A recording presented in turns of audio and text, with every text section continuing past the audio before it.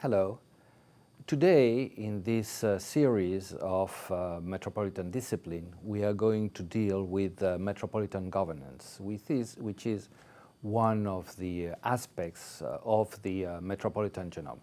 As we have seen in previous presentations, we have the economic, the social, the physical components, and then governance is the component that has to make the equilibrium, that has to articulate the priorities among those antagonic sometimes and purposes.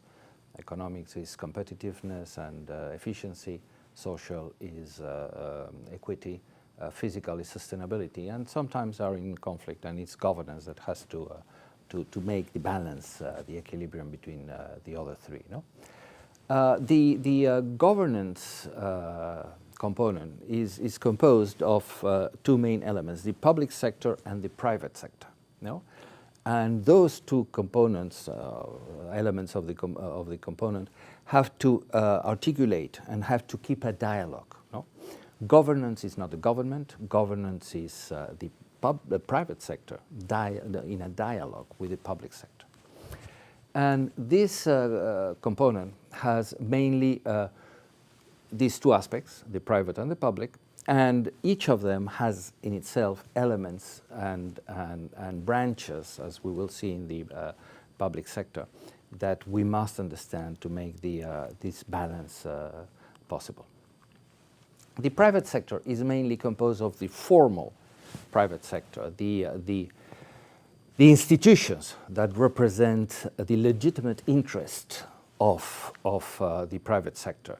The groups, the entrepreneurs, the associations of entrepreneurs of business, or the NGOs, or the social associations in all kinds. When you have this kind of formalized sector, you can have a dialogue between the public and the private with these institutions that represent legitimate interests, even if they are only interests of a section of the private sector. So the public has really to understand that it's not what those associations say that should be run, but your role as a public sector is to compose the different interests and to work for the interests of all. No? But these associations of the private sector, they have the informal side.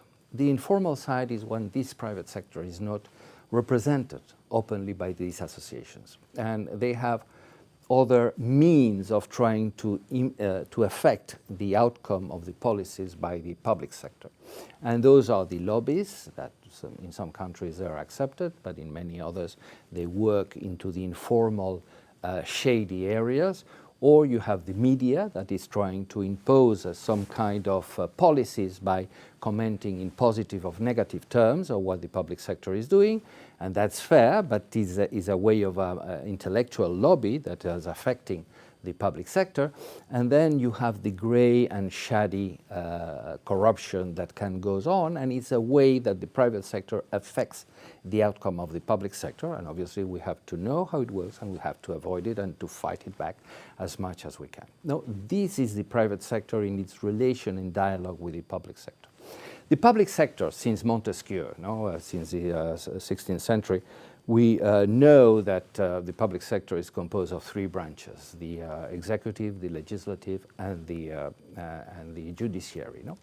And normally the ones that are more in contact with the private sector is the executive branch and the legislative branch. No? So you have to produce in a metropolis the dialogue and to have the elements, you have to, as much as possible, to institutionalize those dialogues, to make that dialogue between the public and the private work well, work in the open, work transparent, and for the benefit of the metropolis as a whole. No?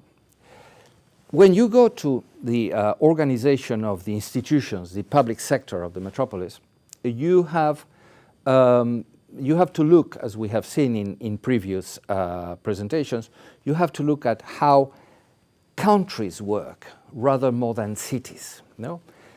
Because the cities work in a very hierarchical way, with a mayor, with the departments, the population, in a dialogue bottom-up, top-down, and metropolis work much more like countries, with many actors that have to talk one to each other at every moment.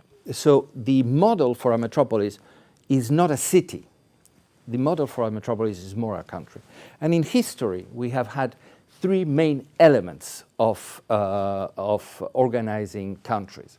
We have had the confederate system, the federal system, and the unitary system. We have the confederate system, for instance, in Greece, the Panathinaika League was the agreement between the 12 Greek cities. We had the Hanseatic League in Germany.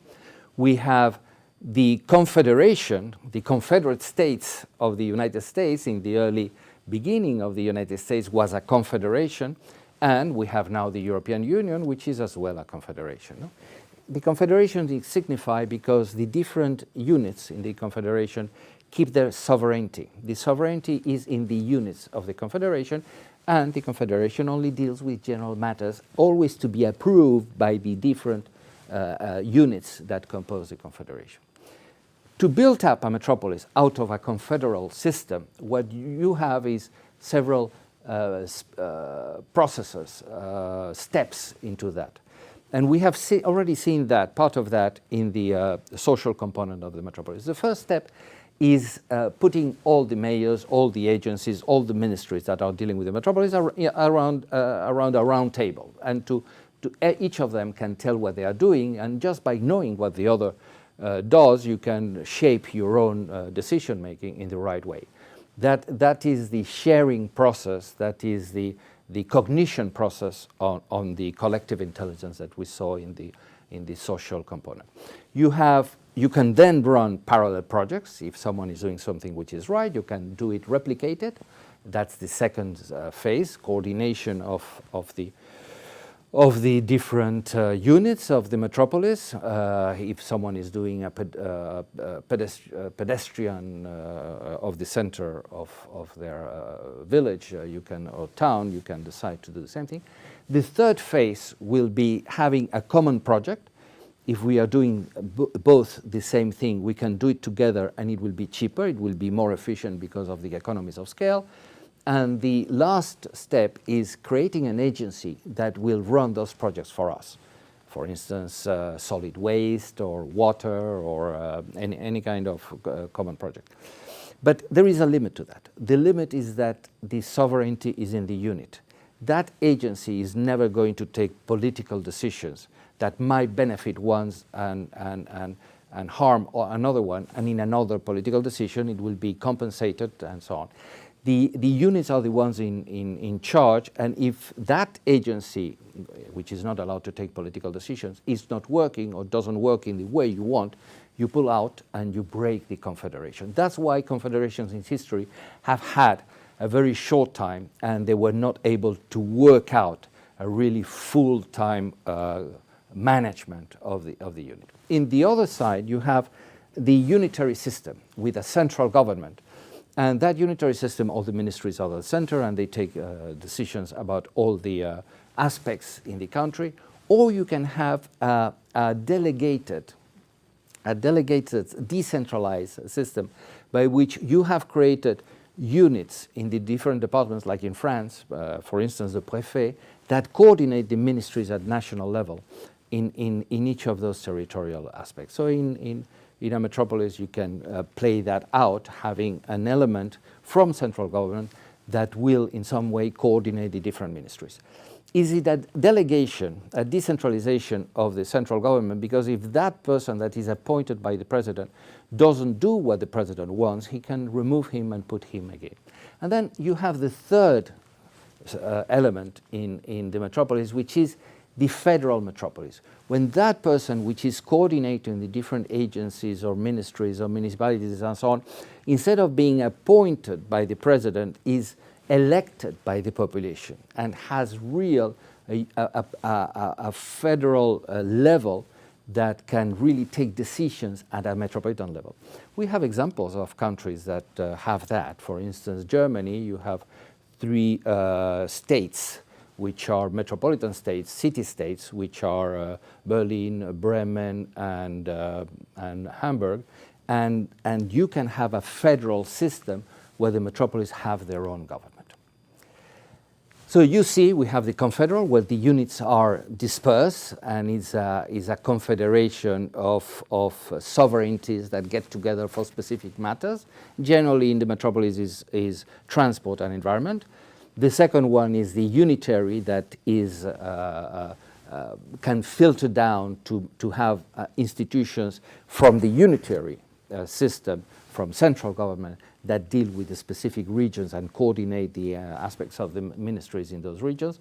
Or you can have a real metropolitan government with competences on matters like environment, transport, housing, or location of activities, and so on and so on, that really is elected by the population and is not accountable to the president of the nation, but is accountable to the electorate, to the citizens.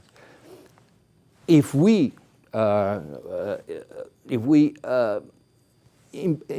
include that in the diagrams of the governance, that may become very complex, but we must understand that we have 3 tiers of government: the national, the municipal, and the metropolitan.